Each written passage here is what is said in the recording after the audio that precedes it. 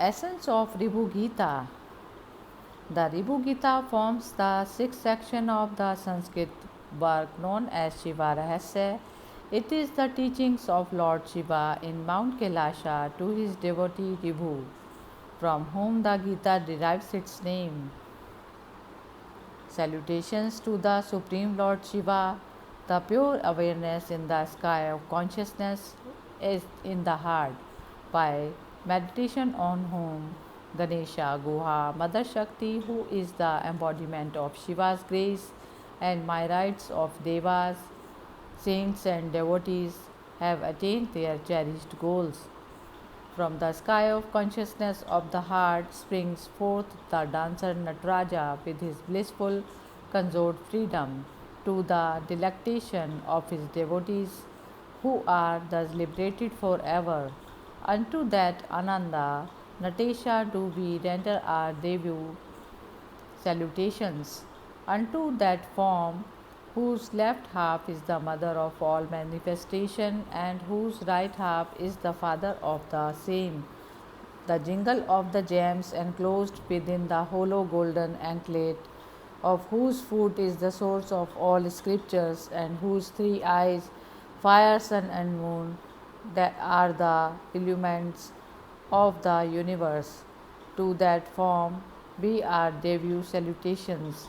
May that divine form ever be our protection. Salutations to Shiva, the Lord of the universe, of infinite power, to Satchit Ananda Shakti, the Mother of the universe, to Vinayaka, the dispeller of all impediments to freedom, and to Shanmukha, the Sadguru, who dispenses to his worthy devotees the divine wisdom of Shiva, self leading to salvation. The essence of Ribhu Gita. The following verses constitutes the teachings of Shiva to Ribhu, who in turn transmits those teachings to his disciple Nidaga Rishi. The treatise goes by the name Ribhu Gita. The universe was neither born nor maintained nor dissolved. This is the plain truth, the basic screen of pure being awareness, stillness, devoid of all the moving shadow, picture of name and form of the universe is the sole eternal existence. Some may argue that this universe of duality, multiple existence, is a factual second reality, clearly seen by the senses, operated by the mind. But then, are the senses anything apart from the mind? Can they function without the support of the mind in which they are embedded? What is the mind except a bundle of thoughts? What are thoughts except ripples in the still, limitless ocean of pure being awareness self, which is the sole existence without a second? The existence of the illusion of silver in mother of pearl is not a reality apart from the reality of mother of pearl, which is the basic reality. The illusion of the universe is based on the mind, which again is an illusion based on the still awareness being self. In the unitary, undifferentiated, still ocean of existence, awareness, self, body, senses, mind, intellect, and jivas, embodied souls, are nothing but evanescent ripples, not apart from the soul self. The universe of name and form, the embodied creatures and their creator mind, desire, karma, action, misery, and everything other than the self are merely thought formation projected by the parts of the self on its screen self. The state of firm abidance in that thought free, alert awareness self constitutes integral perfection, yoga, wisdom, moksha, sahaj samadhi, the state of Shiva, and that state of Atma Self, which scriptures proclaim by the title of Brahman. There never was a mind, nor any of its countless forms like world, jivas, etc. There is not the least doubt that all these are the form of the eternally undifferentiated Supreme Brahman Self. This is the truth. The one who hears this great secret diligently and understands completely abides at Brahm Self. Greatness of Videha Mukta, with all objective knowledge banished, with no trace of thought or nuisance, with all the three states of waking, dream, and sleep wiped out, with all thought of death and birth abolished, and ever established in the spontaneous blissful state of Brahman self. The condition of the Videha Mukta cannot be conceived and much less expressed in words. The continued repetition of I am self Brahman constitutes the sole mantra japa leading to mukti liberation. All other mantra japas connected with diverse gods should be firmly, as they aim at mundane objectives other than the self. All other mantra japas always entangle one inextricably in the bondage of worldly enjoyment. Satchit Ananda, Self Shiva, and his worship. On the eternal and infinite screen of Satchit Ananda, Self Shiva, by his own power, Shakti is projected as the moving shadow picture of the universe in manifestation, and into that again it is absorbed in dissolution. All luminaries like the sun, moon, fire, stars, and lightning derive their luminosity as a gracious gift from the Shakti inherent in that screen of Self Shiva only. Though bright in themselves, they can only obscure and cannot reveal the Shiva screen which they cover up. Out of fear of that Shiva, their creator, Devas and Asuras, gods and demons, are ever alertly engaged in their ordained duties. That Shiva must be meditated upon and realized to be the Self by making the restless mind stay still and alert after it has been adequately restrained and completely prevented from the pursuit of sense objects, namely the shadow pictures on the screen of the Self. All shadow pictures removed, what remains is pure awareness, the spotlessly effulgent screen. Thus, Shiva reveals himself spontaneously as the sole eternal Satchit Ananda Self, the very essence of the nature of the worshipper, the Jivan Mukta.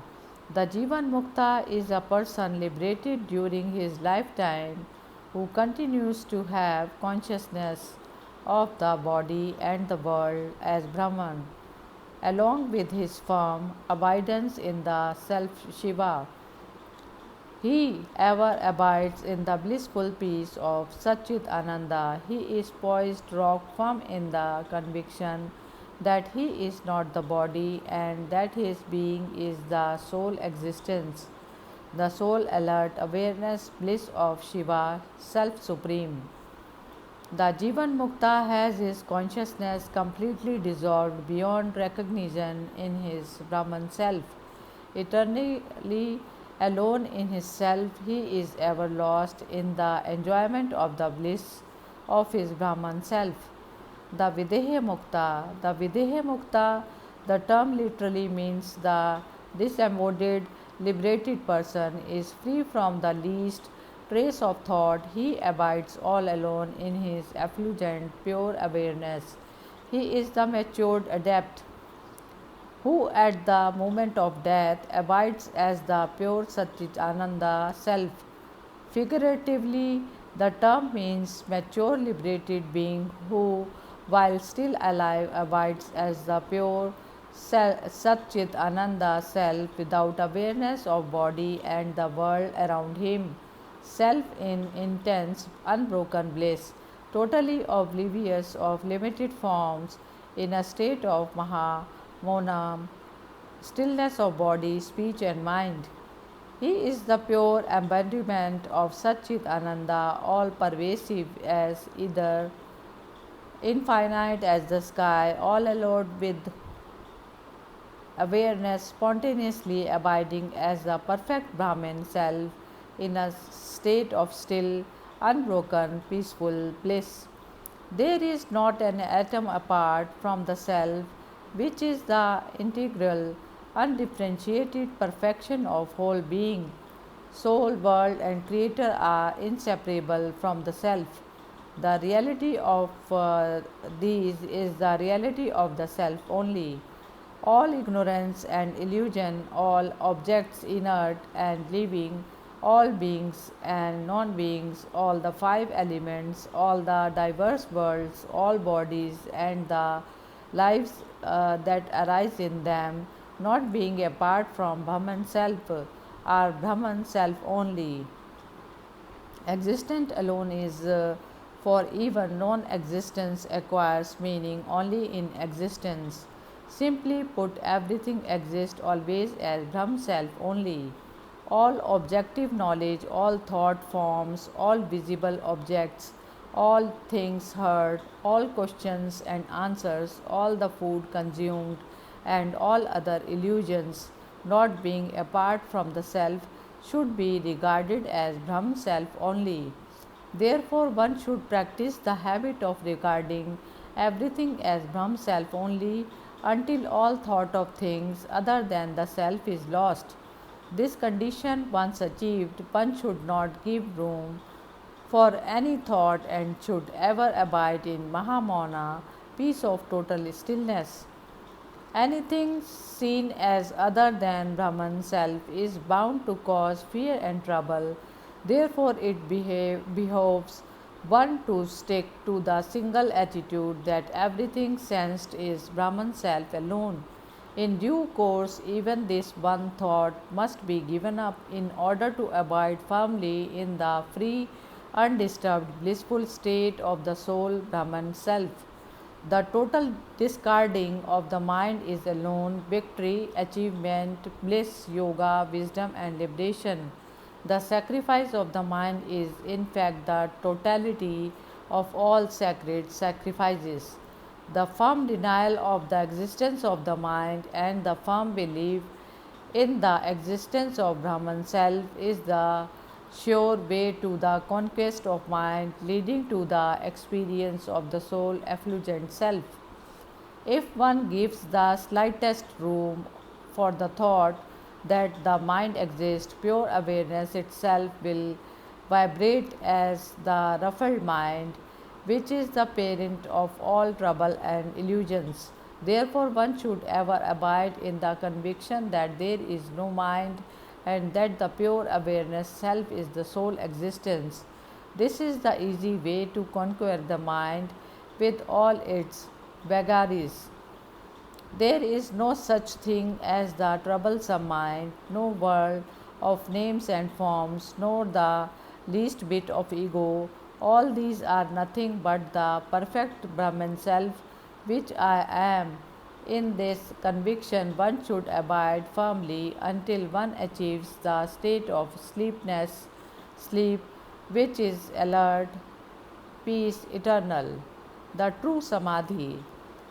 To hold on to the conviction born of self inquiry that I am no doubt the screen, Brahman self, and the world picture thereon, though evanescent, is no doubt I am self only, and to abide still and blissful in that conviction is the acme of all sadhanas like divine worship, charitable gifts, spiritual austerities, mantra japa, and samadhi as well. The self alone is the spontaneous self effulgent awareness, that alone is eternal bliss, that alone is existence everlasting, that alone is the embracing perfection, the sole Godhead without a rival, and the sole primordial stuff of the universe. In the conviction born of this experience, one should ever abide as the soul. I am the Supreme Self. Sahat Samadhi, remaining alertly aware and thought free, with a still mind devoid of differentiation of self and non self, even while being engaged in the activities of worldly life, is called the state of Sahaj Nirvikalpa Samadhi, the natural state of abidance in the self when all differentiation has ceased. This is called Akhandakara Vritti, the eye of infinite perfection, as contrasted with the I am the body notion of those who have not realized the self. Maturing of Sahaj Samadhi. Abidance in Sahaj Samadhi is the hallmark of a Jivan Mukta. With progressive development towards this state, an intensity of blissful peace is attained, leading on to the four successive stages of perfection in Samadhi. Nothing short of this Sahaj Samadhi will be of any avail in destroying the fearsome cycle of births and deaths. The realized person who abides in the Brahman self and has lost all feelings of differentiation of self and non self is the Jnani or Mukta Purusha. Such a Jnani is rare to find even by searching among millions of people. If one has the lucky opportunity of getting his darshan, personal view and contact, one attains purification from all his sins, and what is more, such a person's ego gets liquidated at once. Darshan of the matured Jnani constitutes the acme of purification of baths taken in sacred waters, divine worship, mantra japa, spiritual austerities, charitable acts, and devotional worship of Lord Shiva himself. To find and to gain access to the sacred presence of such a Jnani is the luckiest of opportunities that one could ever obtain in this world. Worshipful service rendered unto such a Jnani Sadguru quickens one's spiritual wisdom to attain the bliss of Jivan Mukti. If continued further, it bestows on the disciple even the status of Videha Mukti. Therefore, if one is keen on being released from bondage into the freedom of Mukti, the one infallible means of achieving that aim is the loving and worshipful service of the Jnani Sadguru, firmly established in the self, undisturbed by the least ripple of thought, as still an idol of stone or wood, dissolved completely in Brahm self, even as water is in milk, with awareness devoid of all impurities of thought and drowsiness, standing clear as the pure sky. The grandeur of the Jnani's Nishtha, firm stance in the self, defies thought and expression. The sine qua non of Mukti is Shiva's grace, that in which the whole universe is born and into which it is absorbed in dissolution, is the Shiva shelf. Devoted worship of and meditation on that Shiva shelf of pure consciousness alone will attract Shiva's grace, which is indispensable for liberation. Those engaged in the pursuit of knowledge of the Brahman self, happening to get involved in the mundane pleasures of sex, should regard such pleasures as merely faint shadows of the bliss of the self. They should never even dream of worldly pleasures. As the self is Sat, meditative contact with the self is the true Sat Sangha, association with sadhus who abide in the self, as Brahman self is the highest association with the self, is Mahat Sangha, highest association. The sadhaka practicing meditation on the self should always think firmly that the all diversities of soul, world, and creator are the undifferentiated Brahman self only.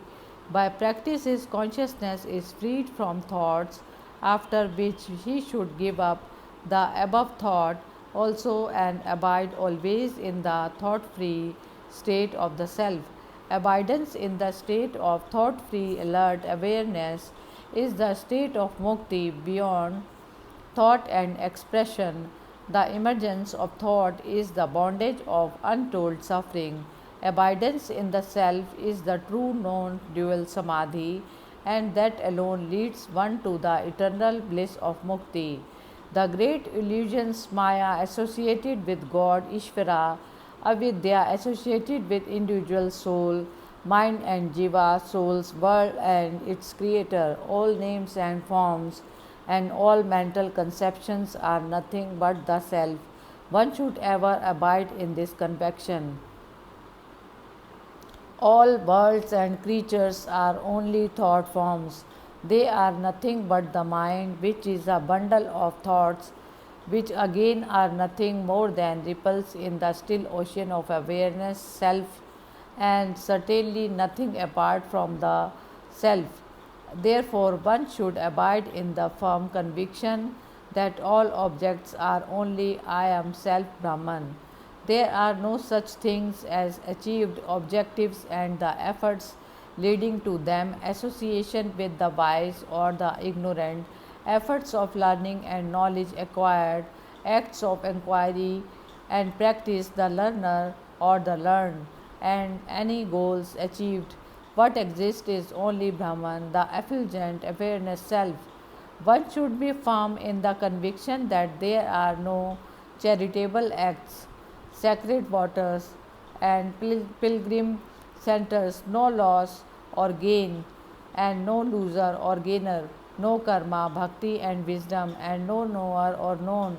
All these thought forms are bound to be dissolved and lost in the Brahman self, which is the sole existence. The bhavna, I am Brahman self, swiftly takes one to mukti, as the continued reading to the text generating that bhavna takes the aspirant unerringly to the goal. He should always dwell on the return words dealing with the Brahman self. The illusion that one is the body and that the world is the basic reality has remained soaked over a long time and cannot be got rid of by the casual reading and mere understanding of the truth. The basic illusion can be effaced only by a long and unremitting practice of the bhavna that all this is I am Brahman self. Everything is only a concoction of time, space, and energy. All else is the treaty talk of people who dislike the effort of sadhana, who takes them to the self. This talk is based on their dense ignorance of the self. Only by persistent practice and experience of sadhana can one arrive at the truth that all concepts of souls, world, and that cause thereof are just evanescent shadow on the screen of Shiva self Brahman.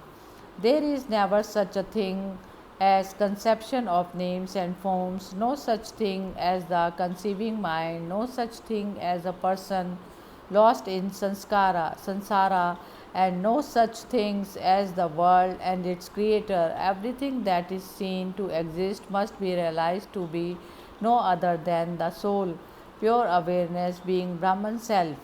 Everything is Satchit Ananda self only. Whatever is found to exist is Sat existence only. Whatever is pleasurable is Ananda bliss only.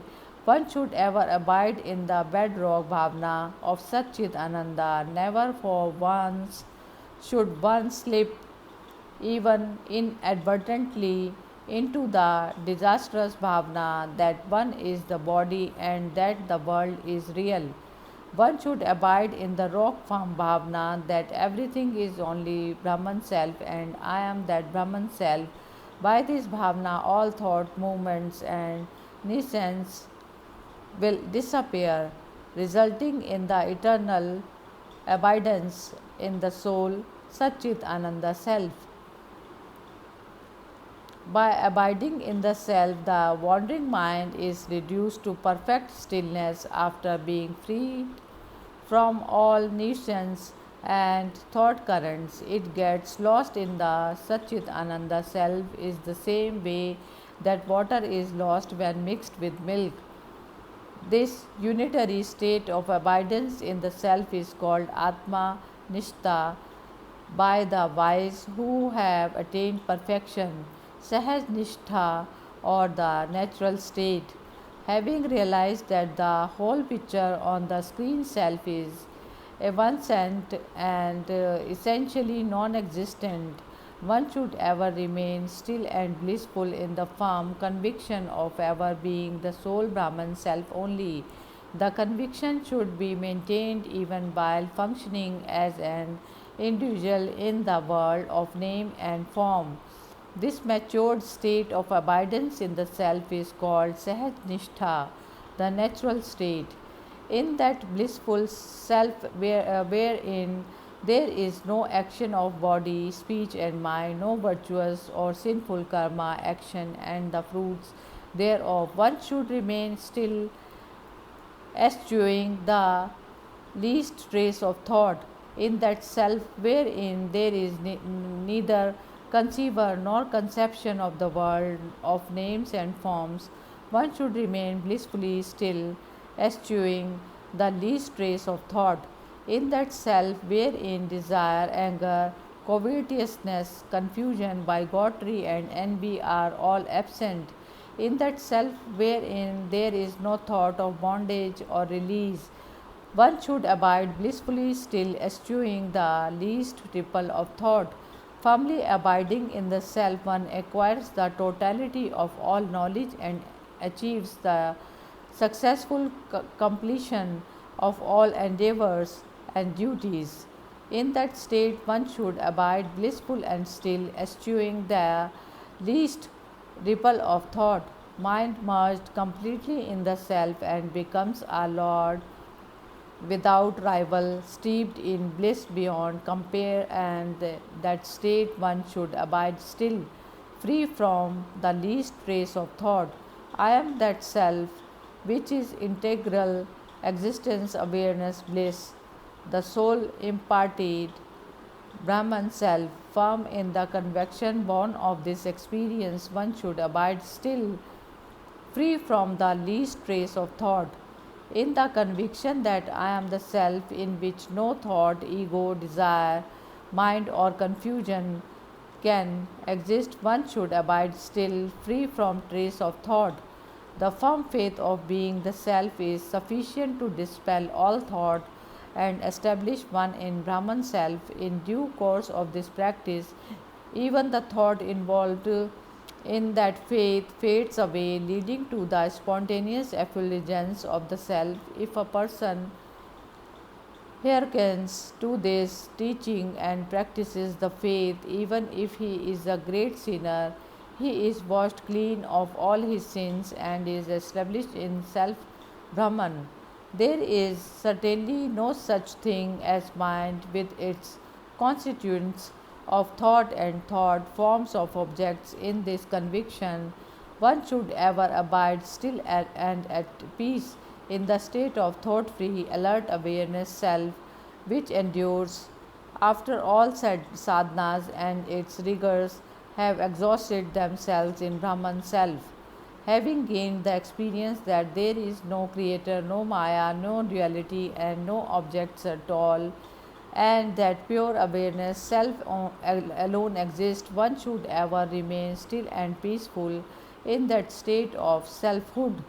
If a person gives heed to these teachings, he would certainly gain the grace of Lord Shiva and attain the state of selfhood, even though he is immersed in the dense darkness of nuisance, which could not be banished by the glare of a million suns.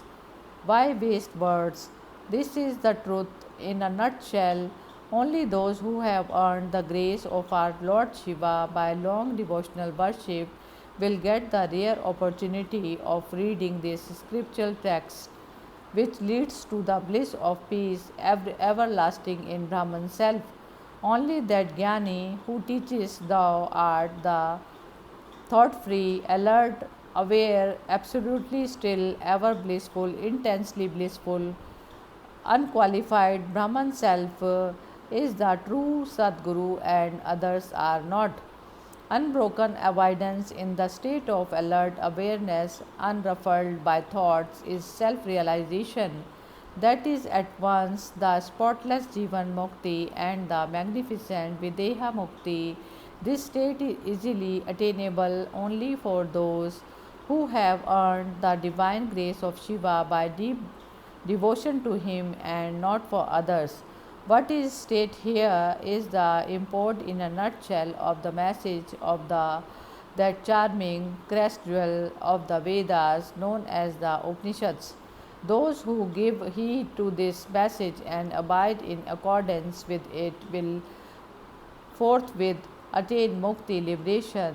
They will not suffer from the least particle of affliction.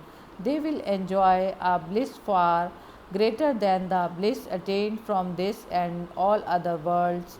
They and their environments will be filled with the plenitude of auspicious events, totally free from all trace of fear. They will never again enter the cycle of births and deaths. They will become the immutable Brahman self. All this we swear in the truth beyond doubt by our God Shiva. Again and again we swear that this is the fundamental truth, that state of still, pure, effulgent awareness is moksha, the state of beyond compare. Those who maintain an unbroken abidance in that supreme state will never more be touched by suffering or confusion and will be absolved from all duties. Such duties, if any, will somehow be completed without any volition on their part. They will eternally abide as the Soul Supreme Self. By the persistent and continued bhavna of I am the Brahman self, all thoughts and feelings of differentiation of self and known self will drop off, and permanent abidance in Brahman self will be achieved. This bhavna is possible only for those who, with a keen, inquiring mind, intent on knowing the self, and not for those who are indifferent about self knowledge. Ignorance and indifference in regard to the inquiry of the truth about oneself is the storehouse of nuisance and trouble, blocking the view of the self and creating in a spilled second all thoughts, sorts of illusions and harassment of mental worry. Non inquiry renders bhavna impossible. In short, non inquiry will steep one forever in the ocean of samsara, earthly suffering. There is no greater enemy for one than non inquiry. Therefore, this habit must be overcome in order to fix the mind in the bhavna which leads to abidance in the self.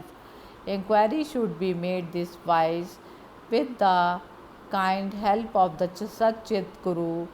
One should inquire, who am I? What is this world? What is the reality behind all these? Staying in the company of sadhus, those engaged in the pursuit and enjoyments of the bliss of the self, and respectfully questioning the Sadguru Jnani, one should first make oneself clear about the objective to be attained.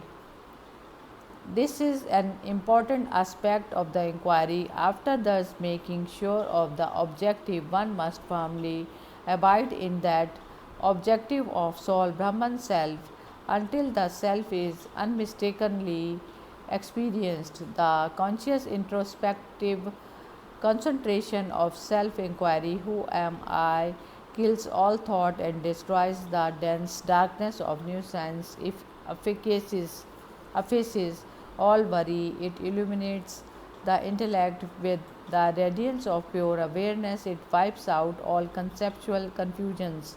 It fixes one in Shiva self. It transforms a host of impending disasters into auspicious events. And lastly, it destroys the ego mind utterly with all its applications. Only by those strong-willed persons who make earnest and persistent self-inquiry will the turbulent mind be controlled and fixed still in the practice of firm bhavana. In due course, all thoughts and nuisance will disappear, yielding place to the effulgent awareness of mukti. One should relentlessly pursue self inquiry until all conceptual forms of creatures, word, and creator merge and disappear in the pure, thought free, alert awareness self, enabling one to abide in the bhavana of the experience I am the Brahman self. It is only the mind which appear as the world and bondage. There is no world other than the mind. On inquiry, this mind turns out to be nothing more than a group of ripples thought in the still ocean of pure awareness, Shiva self. I am that Shiva self only, and there is nothing apart from me. One should ever abide in the conviction born of this existence.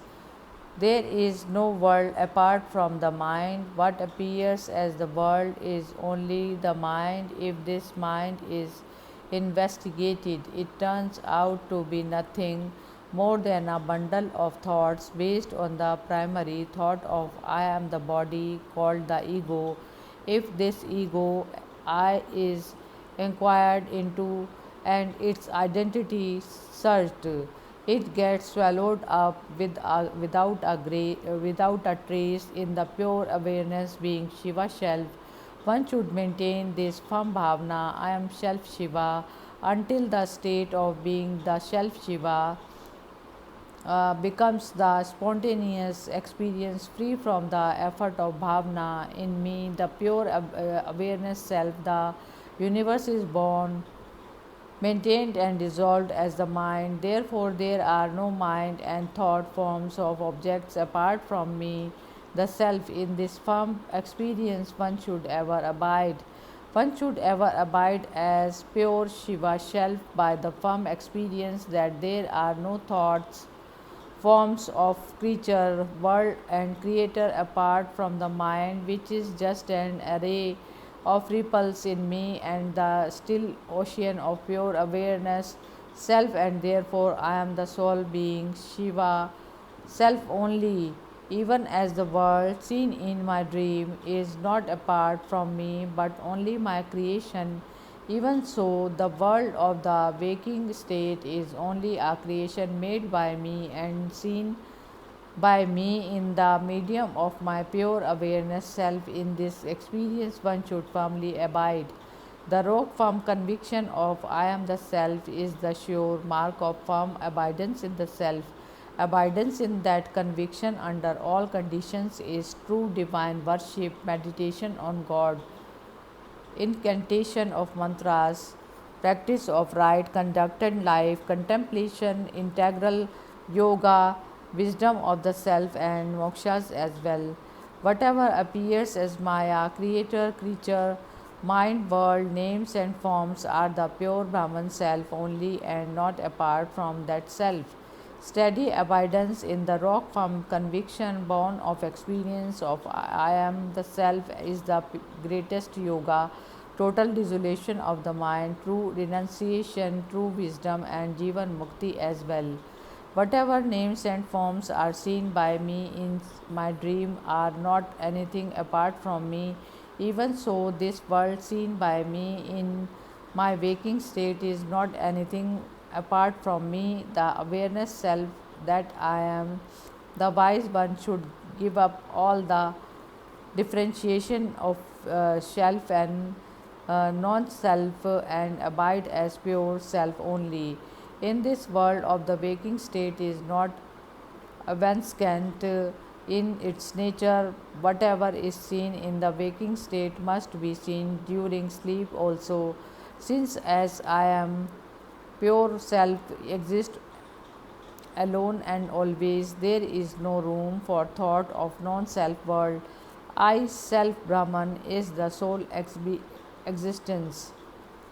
No world exists during the absence of the mind, and there is no mind apart from my awareness. So, mind and world are nothing apart from the self. and I am ever that sole existence awareness, Brahman self.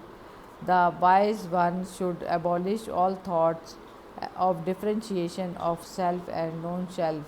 I see neither mind nor world during my sleep. In my dream, there is mind and its creation, the dream world.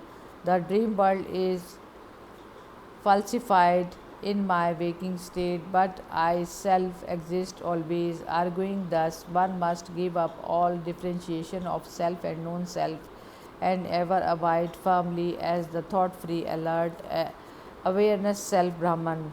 All diversity of world, mind, Maya, confusing power of Brahman, wakefulness, dream, sleep, talk of you and me are evanescent and yet not apart from the self. Thus, wise one should give up all thought of self and non self and abide as self only. In dim light, the illusion of a serpent is seen in a rope, and this serpent is nothing but the rope. Even so, all illusion of non self exists in the self only. Thus, wise one should give up all thought of self and non self and ever abide firmly in the peace of the self. In the wisdom of integral experience, I am the non dual, transcendental, motionless, peaceful, bondage freedom, notion free, sky of pure consciousness only. With this experience, one should reject all differentiation of self and non self and ever abide firmly in the peace of Brahman self. One should give up all hatha yogic practices like breath control or religious dogmas and their diverse sadhana 19 and be ever satisfied in simple abidance as the self only. Only those who contemplate on Shiva self, the pure supporting screen of all manifestation, gain the pure experience of Sahaja Nirvikalpa Samadhi. Apart from this, devotion to Shiva Lord Shiva, the pure alert awareness self, there are no other means leading to liberation. The non dual soul, being existing in deep sleep, conjures up a world in the dream state. Even so, the shadow world conjured up in the waking state is the work of the power inherent in one's own Brahman self, abiding firmly in the experience of pure Brahman self. One finds that the mind and all its confabulations and lost forever. One should remain firm in the conviction I am the self and reject all thoughts like I am this body and this world is real. If one maintains this habit unremittingly, this false belief will drop away, even as a flower held in the hand slips away when one falls into deep slumber.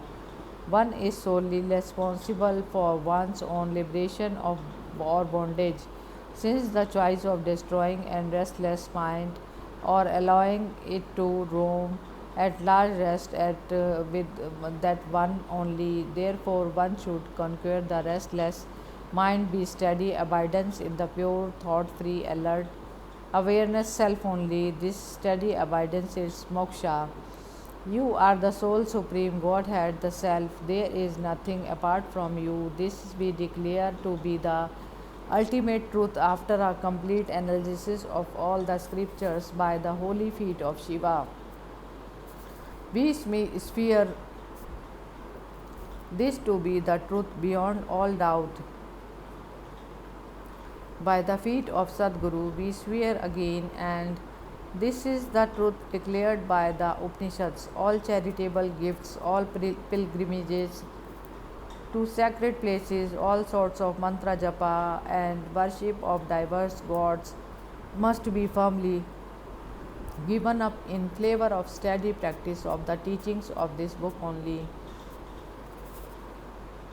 All yogic practices, all philosophies, pursuits, all devotional exercise, and all faith and beliefs should be abandoned. One should confine oneself to practice of the teachings of this holy book. By the sole practice of the teachings of the book, all confusion and ignorance will be destroyed. Firm abidance in the self will be the positive result. With the fusion of the wisdom and peaceful bliss in the self, mukti will be attained. Only when all sins are washed off by the practice of virtues running through many lives, one gets the rare opportunity of securing this treatise and practicing its tenets. By the feet of Lord Shiva, we declare that only those whose cycle of births and deaths has come to an end with this life will ever get this treatise in their hands and practice its teachings. O my Lord Sadguru, by thy grace I have in a split second shed all sense of differentiation of self and non self. I have attained the certainty that all is Brahman and I am that Brahman self. I have become settled in the eternal bliss of Brahman self. I am barely the Satchit Ananda Brahman self. I am the eternal undisturbed peace devoid of name and form. I am the flawless, integral whole of all existence. Firmly I am settled in my own soul, Brahman self. Oh, I have become Brahma, Vishnu, Rudra, Mahesha, Parmeshvara, and his spouse Parvati, Vinayaka. I am myself all the Devas, celestial beings, and Asuras. Indra, the chief of the Devas, the lord of the eight cardinal directions, the community of sages and swans, of Rakshasas, and in fact the denizens of this and all other worlds. I have become the five elements, multitudinous world scattered in the skies, all existing things and their histories, all the Vedas and all the diversities of name and form. At one stroke, I have become the bodies, senses, and souls, owning them. The mind, intellect, intuition, ego, the primal nuisance, and the restless commotion of spirit, and in short, all that is seen and known. That gracious person who gives these teachings is no doubt the embodiment of Lord Parmeshvara, his Devi Parvati, Vinayaka, and God Shanmukha, all rolled into one. He is again Nandikeshvara, Dattatreya, and in short the Supreme Lord Shiva himself. After being duly initiated into these teachings by the Sadguru, the disciple must, as long as life lasts in him, provides his teacher liberally with money, food, clothing, and shelter, and loving devotion. This is the sign qua non for the disciple's mukti. Further, he should adorn his forehead and body with vibhuti in the prescribed manner, as this use of vibhuti alone will entitle him to Lord Shiva's grace, with which removes all impediments to salvation. The habitual smearing of body with vibhuti is called Pashupta austerity. In devotion to Shiva, the practice quickens the attainment of self knowledge. O Lord Shiva Guru, by this practice I earn the merit for arriving at thy holy feet, which have led me to salvation. I am ever the eternal, pure, all knowing, free, unshakable, non dual, integral self. This is the firm conviction of the experience of the Jivan Mukta in the self. That mature Jnani who is lost in the Mahamona, total stillness of the pure effulgent awareness Brahman self, devoid of the least trace of nuisance, totally devoid of all consciousness of the body and its three states of waking, dream, and sleep, devoid of all distinctions of name and form, and devoid of any thought of bondage or freedom, is a Videha Mukti. Thou hast, O Lord Sadguru, taken me across the boundless ocean of samsara in the boat of self knowledge, to me, floundering in the misery of the belief that I am the body. Thou hast taught that I am the Brahman self, and vouchsafed to me the bliss of all embracing awareness being. To thee I render these debut salutations. Salutations to these, my Lord Sadguru. Thou hast destroyed my illusion that I am the body and that the world is apart from me and is real. Thou hast given me the experience of my own Brahman self. Thou last destroyed my wrong belief that karma action is the road to salvation, and showing the knowledge alone could make one free. Thou hast given me my salvation in the self, to that divine grace embodied, to that omnipresence beyond compare, to that Shiva self. Sadguru, I render thou salutations. To that Sadguru who is the core of myself, who destroyed my nescience by the gift of awareness self, to that embodiment of self knowledge, do I offer these salutations. Salutations to the Sadguru, who is the embodiment of undisturbed peace without attributes, eternally purity all. 23 pervasive infinite sky of consciousness and integral perfection. In reply to the words of Nidaga, Ribu replies thus, O my son, you are now no doubt firmly settled in the bliss of Brahman self, having been freed from all illusion and nuisance.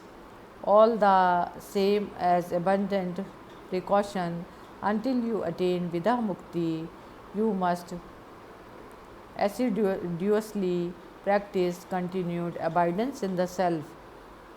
Aspirant of self knowledge will find their success accelerated by practical bodily worship of Shiva, living in a Shiva Kshetra, neighborhood of Shiva temple. They should offer worship to Shiva Mahalingam, wearing the sacred vibhuti and rudraksha garland of a specified sort of beads, and repeating the name of Shiva and loving devotion. Salutations to Satchit Ananda, Shiva Self. Salutations to that peace undisturbed, the Self. Salutations to that integral perfection, the Self.